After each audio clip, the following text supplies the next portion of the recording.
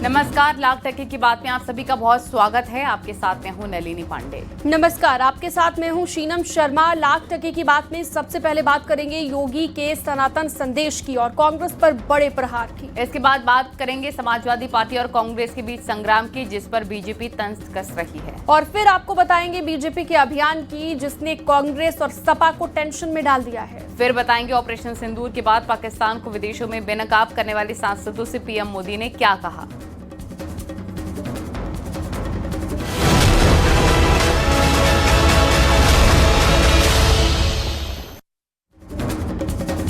मुजफ्फरनगर में सीएम योगी ने कहा कि किसी भी सरकार ने बाबा साहेब को सम्मान नहीं दिया। पीएम मोदी ने उनकी स्मृति में 26 नवंबर को संविधान दिवस के रूप में मनाने का काम किया। साथ ही सीएम योगी ने सनातन का भी संदेश दिया और पूछा है कि दुनिया के अंदर कोई मजहब बताए कि 5000 साल पहले का इतिहास किन लोगों का है। कीजिए, इस विशाल संत समागम से ये भूमि धन्य हो गई है, पावन हो गई है। मुजफ्फरनगर से सीएम योगी ने एक बार फिर सनातन का संदेश दिया। एक कार्यक्रम को संबोधित करते हुए सीएम योगी ने पूछा कि दुनिया के अंदर कोई मजहब बताए कि 5000 साल पहले का इतिहास किन लोगों का है। 5000 साल पहले इसी तीर्थ में ये सब घटनाक्रम घटित होता है। दुनिया के अंदर कोई मत मजहब संप्रदाय ये तो बताएं कि 5000 साल का इतिहास कितने लोगों का है, कितने लोगों का है। ये केवल दावा आप कर सकते हैं जिसके उत्तराधिकारी आप हैं और जिसके बाग हमारे पूज्य संत जन हैं, जो आज यहाँ पर इस सुख तीर्थ में यहाँ उपस्थित हुए हैं। इस दौरान सीएम योगी ने पिछली कांग्रेस सरकार पर भी निशाना साधा। सीएम योगी ने कहा कि बाबा साहेब भीमराव अम्बेडकर को जो सम्मान मिलना चाहिए था वो नहीं दिया गया। पहली बार बाबा साहेब के नाम पर पंच तीर्थों का निर्माण पीएम मोदी ने किया। देश को एक संविधान दिया, लेकिन आजादी के बाद बाबा साहब भीमराव अम्बेडकर को जो सम्मान मिलना चाहिए था वह सम्मान पिछली सरकारों ने नहीं दिया। पहली बार बाबा साहब के नाम पर पंच तीर्थों का निर्माण प्रधानमंत्री मोदी जी ने किया। ये पंच तीर्थ जहां पे बाबा साहब का जन्म हुआ था, मऊ मध्य प्रदेश में, वहां पर भव्य स्मारक बाबा साहब भीमराव अम्बेडकर का बन चुका है। दरअसल मुजफ्फरनगर में शुक तीर्थ में समन दास महाराज के आश्रम में सीएम योगी पहुंचे थे, जहां एक तरफ विपक्ष को आड़े हाथों तो लिया ही, साथ ही सनातन का संदेश भी दिया। Bureau report, news 18 Uttar Pradesh Uttarakhand. और वहीं इमरान मसूद के बयान पर छिड़ा सियासी संग्राम अभी तक नहीं थमा है। ऐसे में अब समाजवादी पार्टी सांसद राजीव राय ने इमरान मसूद को बीजेपी का स्लीपर सेल बता दिया है। सपा और कांग्रेस के बीच जारी वार पलटवार के बीच अब बीजेपी भी तंज कस रही है। इसी को लेकर एक रिपोर्ट आपको दिखाते हैं।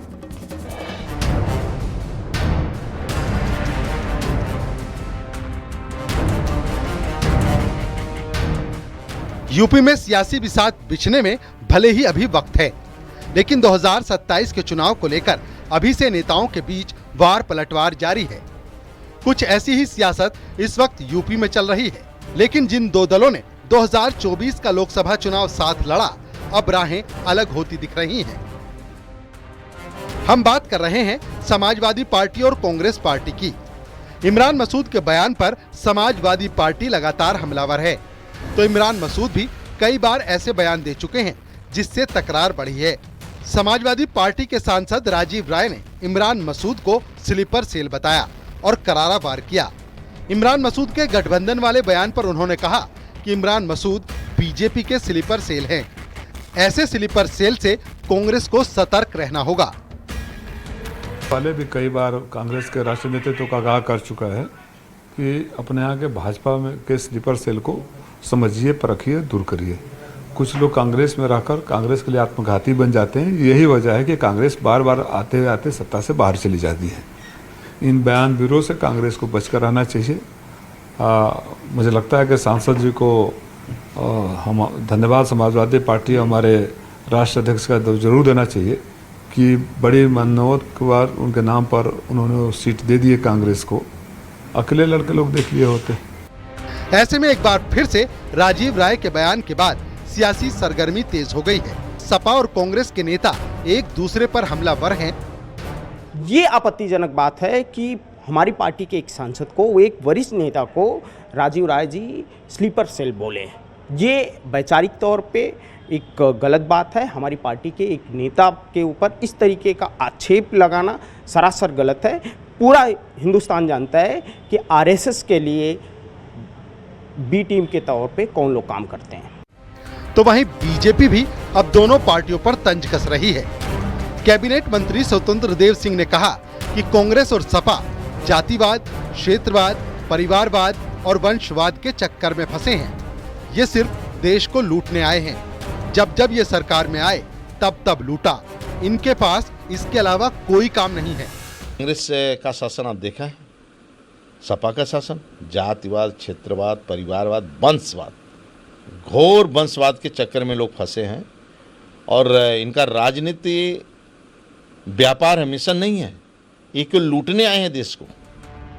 दरअसल 2027 के चुनाव को लेकर इमरान मसूद कई बार सीटों को लेकर लामबंद हो चुके हैं, बल्कि भिखारी तक का जिक्र कर चुके हैं। तो समाजवादी पार्टी लगातार कांग्रेस पर हमलावर है। Bureau report, news 18, Uttar Pradesh, Uttarakhand.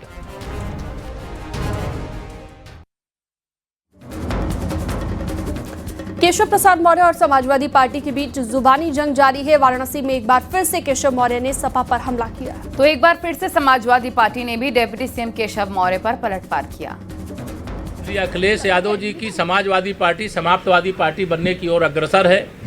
गुंडों, अपराधियों, माफियाओं, दंगाइयों से हमारा उत्तर प्रदेश मुक्त हुआ है और बड़े बड़े अपराधी या तो यमलोक चले गए हैं या तो जेल चले गए। तो यह हमारी उपलब्धि है और ये अखिलेश यादव जी की बहुत बड़ी परेशानी है। इसलिए केशव प्रसाद मौर्य जी के बयानों पर हमें कोई टिप्पणी नहीं करनी। उत्तर प्रदेश में लगातार महंगाई बढ़ रही है, बेरोजगारी बढ़ रही है, अपराध बढ़े हैं। इन सब मुद्दों से जनता का ध्यान हटाने के लिए केशव प्रसाद मौर्य जी समय समय पे बयानबाजी करते हैं, जिस पे चर्चा होती है। इसलिए समय न बर्बाद करते हुए हम समाजवादी लोग जनता के मुद्दे उठाते रहेंगे। और बीजेपी 2027 चुनाव को लेकर यूपी में अभियान चलाने जा रही है और इस अभियान के तहत मुस्लिम वोट बैंक को साधा जाएगा। बीजेपी उन मुसलमानों को अपने पाले में लाना चाहती है जिसे सरकार की योजनाओं का लाभ मिल रहा है। इसलिए बीजेपी ने इस अभियान का नाम अल्पसंख्यकों का पैगाम मोदी के साथ मुसलमान दिया है।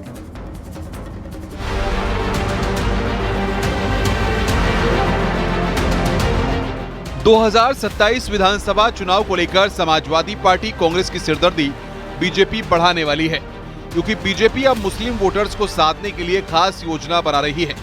पीएम मोदी के 11 साल पूरे होने पर बीजेपी मुहिम शुरू करने जा रही है। इस अभियान का मकसद अल्पसंख्यकों का पैगाम मोदी के साथ मुसलमान रहेगा।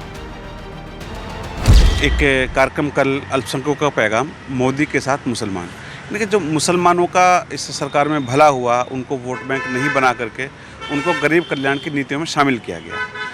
इसकी चर्चा करने के लिए, इस पर बात करने के लिए देश के तमाम मौलाना, तमाम बुद्धिजीवी वर्ग और अल्पसंख्यक समाज के जो एक दिशा और दशा तय करते हैं, ऐसे लोगों को बुलाया गया है। भारतीय जनता पार्टी की रणनीति रहेगी अल्पसंख्यकों को साधने की। बीजेपी अल्पसंख्यक मोर्चा के प्रदेश अध्यक्ष बासित अली ने बताया है कि बीजेपी के कार्यक्रम में प्रदेश अध्यक्ष Bhupendra Chaudhary, deputy CM Keshav Prasad Maurya, deputy CM Brajesh Pathak और मुख्तार अब्बास नकवी मौजूद रहेंगे। भारतीय जनता पार्टी अल्पसंख्यकों के खिलाफ काम करती रही है।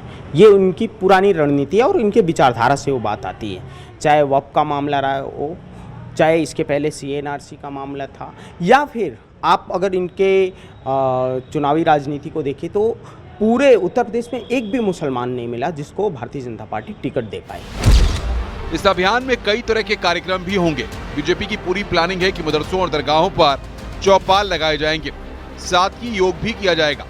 गुरुवार से बीजेपी शुरू करेगी अभियान। योजनाओं के 40% मुस्लिम लाभार्थियों को अपने पाले में लाने के लिए अभियान चलाएगी। मोदी सरकार के 11 साल होने पर मुस्लिमों के बीच अभियान। बीजेपी के कार्यक्रम में बड़ी संख्या में मुस्लिम धर्मगुरु और मुस्लिम समाज के लोग जुटेंगे। अल्पसंख्यकों को अपने साथ लाने के लिए बीजेपी के इस फैसले से अब सपा और बसपा के खेमे में बेचैनी है, क्योंकि पसमानदा मुसलमानों के बाद अब बीजेपी नया अभियान शुरू करने जा रही है। 2027 को संधान करने के लिए भारतीय जनता पार्टी अल्पसंख्यक समाज के बीच में भी अपनी पैठ बनाने जा रही है। दरअसल उसकी वजह भी साफ है, जो केंद्र और प्रदेश सरकार की योजनाएं हैं उनका 40% लाभ अल्पसंख्यक समाज को सीधे तौर पर मिलता है। यही वो वजह है कि अब भारतीय जनता पार्टी की रणनीति है कि जिन अल्पसंख्यकों को सरकारी योजनाओं का लाभ बड़ी संख्या में मिल रहा है उनको पार्टी के साथ में जोड़ा जाए, और इसके लिए भारतीय जनता पार्टी अल्पसंख्यक मोर्चा अब कल से एक बड़ा अभियान चलाने जा रहा है। कैमरामैन रवि के साथ संकेत मिश्रा, न्यूज़ 18 लखनऊ। पाकिस्तान को दुनिया भर में बेनकाब कर वापस लौटे प्रतिनिधिमंडल के सदस्यों से प्रधानमंत्री नरेंद्र मोदी ने मुलाकात की और पीएम मोदी ने इस दौरान सर्वदलीय प्रतिनिधिमंडल की सराहना की। तो वहीं सांसदों ने भी पीएम मोदी को रिपोर्ट सौंपी है। सांसदों ने बताया है कि विदेश दौरे पर उन्होंने किस रणनीति के तहत पाकिस्तान को बेनकाब किया।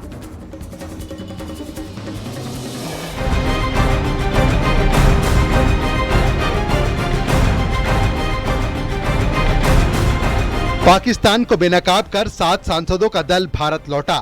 सांसदों के लौटते ही पीएम मोदी ने सभी डेलीगेशन से मुलाकात की।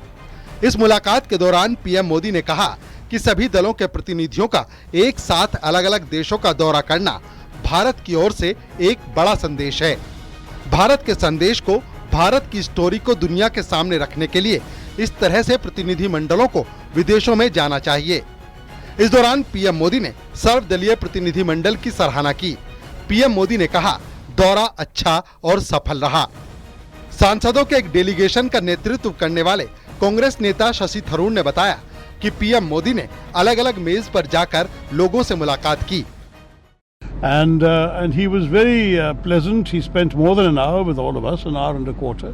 He walked around the lawn to different tables, talking to different groups of people. We all sort of chatted with him in a very informal way. It was not a formal meeting at all. Deoria के BJP सांसद शशांक मणि त्रिपाठी ने कहा कि PM से operation सिंदूर पर विश्व में मिले रिस्पॉन्स पर चर्चा हुई। उन्होंने कहा कि ऑपरेशन सिंदूर से भारत का दुनिया में मान बढ़ा। आज हम लोग ने आदरणीय प्रधानमंत्री जी के साथ चाय पे चर्चा करी और उसमें बहुत प्रभावशाली रूप से हर डेलीगेशन ने, हर व्यक्ति ने अपनी बात रखी आदरणीय प्रधानमंत्री जी के साथ। उन्होंने भी हमारा मार्गदर्शन किया कि आने वाले समय में ऑपरेशन सिंदूर के बाद जो वैश्विक व्यवस्था में भारत का वर्चस्व बढ़ा है उसको कैसे हम लोग बरकरार रखें। इसमें कई ऐसे बातें रखी, जैसे कि मैंने बोला कि वैश्विक स्तर पे पाकिस्तान को आतंक से कैसे जोड़ा जाए, हमारे प्रवासियों को कैसे सम्मान दिया जाए, उनकी ऊर्जा को कैसे संग्रहित किया जाए। इस मुलाकात के दौरान सभी डेलीगेशन ने पीएम मोदी को रिपोर्ट सौंपी। आपको बता दें कि 33 देशों की यात्रा से 7 डेलीगेशन लौटे हैं। ऑपरेशन सिंदूर के तहत विदेशों में भारत का संदेश लेकर सभी सांसद गए थे। कांग्रेस से शशि थरूर, बीजेपी से रविशंकर प्रसाद, जेडीयू से संजय कुमार झा, बीजेपी से बजयंत पांडा, डीएमके से कनिमोझी करुणानिधि, एनसीपी एसपी से सुप्रिया सुले और शिंदे शिवसेना से श्रीकांत शिंदे शामिल थे, जिन्होंने डेलीगेशन का नेतृत्व किया। तो वहीं असदुद्दीन ओवैसी निजी कारणों से मुलाकात करने नहीं पहुंचे थे। Bureau report, news 18, Uttar Pradesh, Uttarakhand.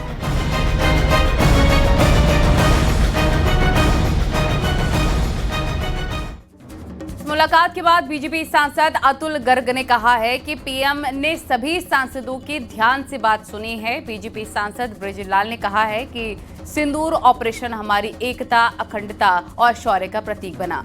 PM से मिलने के बाद एसपी सांसद राजीव राय ने कहा कि जो नेताजी से सीखा उसी के हिसाब से देश के लिए काम किया। सुनिए। सांसदों ने जो रिपोर्ट दी तो वो गौरवान्वित करने वाली थी कि पूरे 33 देशों में सबने भारत का खुल कर के समर्थन किया, आतंकवाद का खुल कर के विरोध किया। यहाँ तक कि सभी सांसदों ने या प्रमुख नेताओं ने प्रधानमंत्री को ये बताया कि जो पानी का जो हमारा एग्रीमेंट है पाकिस्तान से, उसका जो स्थगन हुआ है उसके बारे में किसी ने सवाल ही नहीं पूछा। तो ये मेरा व्यक्तिगत विचार भी है कि इसका मतलब एक मौन समर्थन हमारे साथ पूरे विश्व का है। नहीं, विदेश में जो हम लोग जाते समय राष्ट्राध्यक्ष जी ने बोला था कि राष्ट्र सर्वोपरि है, और नेताजी ने जो सिखाया था उसी रास्ते पे चल के पाकिस्तान को जिस हद तक बेनकाब करना था हम लोगों ने बेनकाब किया, अपनी जिम्मेदारी का निर्वहन किया। हमने अपने तरीके से, जो पहले भी आपके चैनल पर बोल चुका हूँ, क्या क्या कहा कर समझाया, खुशी इस बात की कि जिन देशों में गए उन सारे देशों के लोगों ने समझा और हमें समर्थन दिया। मलेशिया, सिंगापुर, तो हम लोगों ने वहाँ का रिस्पांस बताया और ये बताया जहाँ आतंकवाद की बात है उसमें पूरी दुनिया एक है, कोई नहीं चाहता कि दुनिया में कोई आतंकवाद हो। और एक चीज़ जो हम लोगों ने हर जगह बताया कि अब ये न्यू नॉर्मल है कि अगर भारत में कभी आतंकवादी घटना होती है तो इसको हम देश के खिलाफ युद्ध मानेंगे और युद्ध में जिस तरह से कार्रवाई होती है उसको करेंगे। अगर फिर कभी कोई घटना हुई तो पड़ोसी मुल्क में उनका हाथ आया जैसा आता रहा है तो हम फिर घुस करके उनको उनके आतंकी ठिकाने हम बर्बाद करेंगे।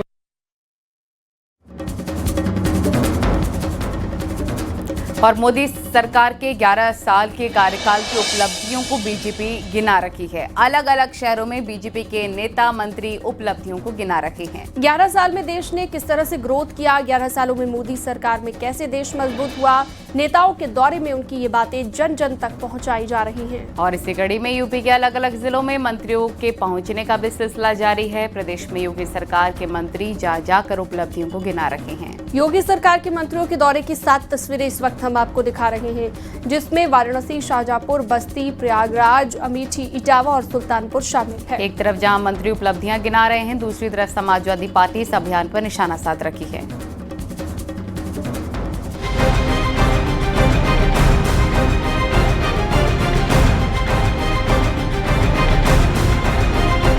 मोदी सरकार के 11 साल पूरे होने पर यूपी बीजेपी लगातार अभियान चला रही है। योगी सरकार के मंत्री भी अब जन जन तक पहुंचकर मोदी सरकार के कामकाज को गिना रहे हैं। वाराणसी पहुंचे डिप्टी सीएम केशव प्रसाद मौर्य ने कहा कि आज भारत विकास कर रहा है। प्रधानमंत्री जी के नेतृत्व में गरीब हो, किसान हो, नौजवान हो, महिलाओं के सशक्तिकरण से जुड़ा हुआ विषय हो, हर क्षेत्र में भारत ने प्रगति किया है। अर्थव्यवस्था हमारी दुनिया में डंका बजा रही है। सामरिक दृष्टि से हम विश्व की महाशक्ति बन चुके हैं। भारत निरंतर प्रगति के पथ पर आगे है और आगे रहेगा और भारत को आगे बढ़ने से कोई रोक नहीं सकता। तो वहीं बस्ती में मंत्री दारा सिंह चौहान ने कहा है कि पहले सड़कों की कनेक्टिविटी का बुरा हाल था, आज देखिए चौमुखा विकास हो रहा है। आज नेशनल हाईवे आप देख रहे हो कि कितना कहां से कितना पैसा लगता है, जिस तरीके से मौजूद तो क्वालिटी वाइज आज गांव की सड़कें आप भी देखे होंगे, हम लोग भी देखते हैं कि गांव की जो कनेक्टिविटी थी सड़कों की उसकी क्या हालत थी। आज देख रहे हैं कितनी अच्छी क्वालिटी की सड़क हम गांव को जोड़ने में बना रहे हैं। वहीं एक तरफ जहां यूपी सरकार के मंत्री उपलब्धियां गिना रहे हैं तो वहीं दूसरी तरफ सियासत भी खूब हो रही है। मंत्रियों के जिलेवार दौरे को लेकर समाजवादी पार्टी सांसद रामजी लाल सुमन ने हमला किया है। 11 वर्षों में आम आदमी को निराशा मिली है, हताशा मिली है। ये जनतंत्र है, किसी भी सरकार को नापने का पैमाना जनता होती है। सरकार आंकड़ों से नहीं चलती है, सरकार जनविश्वास से चलती है, कानूनों से चलती है। और उसके चलते मैं कह सकता हूँ कि 11 वर्षों में सामाजिक तनाव बढ़ा है, आपसी सौहार्द बिगड़ा है। आम आदमी के पक्ष में जो काम किसी भी लोग की सरकार को करना चाहिए वो नरेंद्र मोदी की सरकार ने किया। अब एक बार फिर मोदी सरकार के 11 साल के कार्यकाल को लेकर अभियान और सियासत दोनों चलने लगे हैं। Bureau report, news 18, Uttar Pradesh, Uttarakhand. Suheldev स्वाभिमान पार्टी के अध्यक्ष महेंद्र राजभर को थप्पड़ मारने वाले ब्रिजेश राजभर ने सफाई दी है और ब्रिजेश राजभर ने कहा है समाजवादी पार्टी की वजह से स्वाभिमान पार्टी के अध्यक्ष को थप्पड़ मारना पड़ा है। समाजवादी पार्टी ने महेंद्र राजभर को 1 दर्जन 4 व्हीलर और दर्जनों मोटरसाइकिलें और लाखों रुपए दिए थे। उदयवीर और त्रिवेणी राम के साथ मिलकर महेंद्र राजभर चादर ओढ़कर घी पी रहे थे।